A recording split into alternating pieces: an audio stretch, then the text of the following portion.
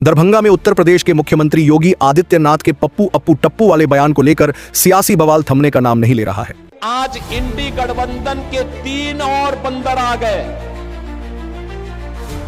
ये 3 बंदर पप्पू, टप्पू और अप्पू के नाम पर। इस बयान पर अब कांग्रेस के वरिष्ठ नेता और प्रवक्ता पवन खेड़ा ने करारा पलटवार किया है। बड़ी अटपटी सी और वाहियात सी भाषा है। ये जुबान एक साधु संत पीर की तो हो नहीं सकती। योगी नाम है और ऐसी बदजुबानी मुझे नहीं लगता बिहार माफ करे। मंगलवार को वे बिहार शरीफ के राजेंद्र आश्रम स्थित कांग्रेस कार्यालय पहुंचे, जहां उन्होंने प्रेस वार्ता कर मुख्यमंत्री योगी और प्रधानमंत्री नरेंद्र मोदी दोनों पर तीखा हमला बोला। कांग्रेस प्रवक्ता पवन खेड़ा ने कहा कि योगी आदित्यनाथ का बयान बेहद अटपटा और वाहियात है। उन्होंने कहा कि ऐसी भाषा किसी साधु संत की नहीं हो सकती। नाम योगी आदित्यनाथ है, लेकिन भाषा योगी जैसी नहीं है। खेड़ा ने कहा कि बिहार की जनता इस तरह के बदजुबानी वाले बयान को कभी माफ नहीं करेगी।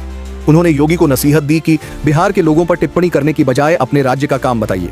हम 20 सालों से सत्ता से बाहर हैं, लेकिन आप इतने सालों से सरकार में हैं। जनता आपसे हिसाब मांग रही है। क्या लगता है कि ऐसे बयानों से बचना चाहिए? सबको बचना चाहिए। इस तरह की बदजुबानी करने की कोई जरूरत नहीं होती जमहूरियत में। आप अपना काम बताइए कि भाई हमने ये काम किया और जब जीतेंगे तो ये काम करेंगे। उससे ज्यादा और क्या बोलना है आप? हम तो 20 साल से सरकार में नहीं है साहब। हम पर आप टिप्पणी करके क्या हासिल कर लेंगे? आप जो इतने सालों से सरकार में है, अपना लेखा जोखा दीजिए, अपना बही खाता खोलिए। कांग्रेस नेता पवन खेड़ा ने केंद्रीय मंत्री ललन सिंह के बयान को लेकर भी नीति सरकार पर हमला बोला। उन्होंने कहा कि बिहार में इस वक्त गुंडाराज कायम है। यहां दिन दहाड़े हत्याएं हो रही हैं और आरोपी बाइज्जत जेल पहुंचा दिए जाते हैं। उन्होंने सवाल उठाया कि जब एक प्रत्याशी खुलेआम गोली चलाता है और उसका नाम केस में आने के बावजूद उसे सम्मान के साथ जेल भेजा जाता है, तो इसे गुंडाराज नहीं तो और क्या कहेंगे? की बात कहे तो साथ ले आके वोटिंग तभी ना कहते हैं इसको हम गुंडाराज।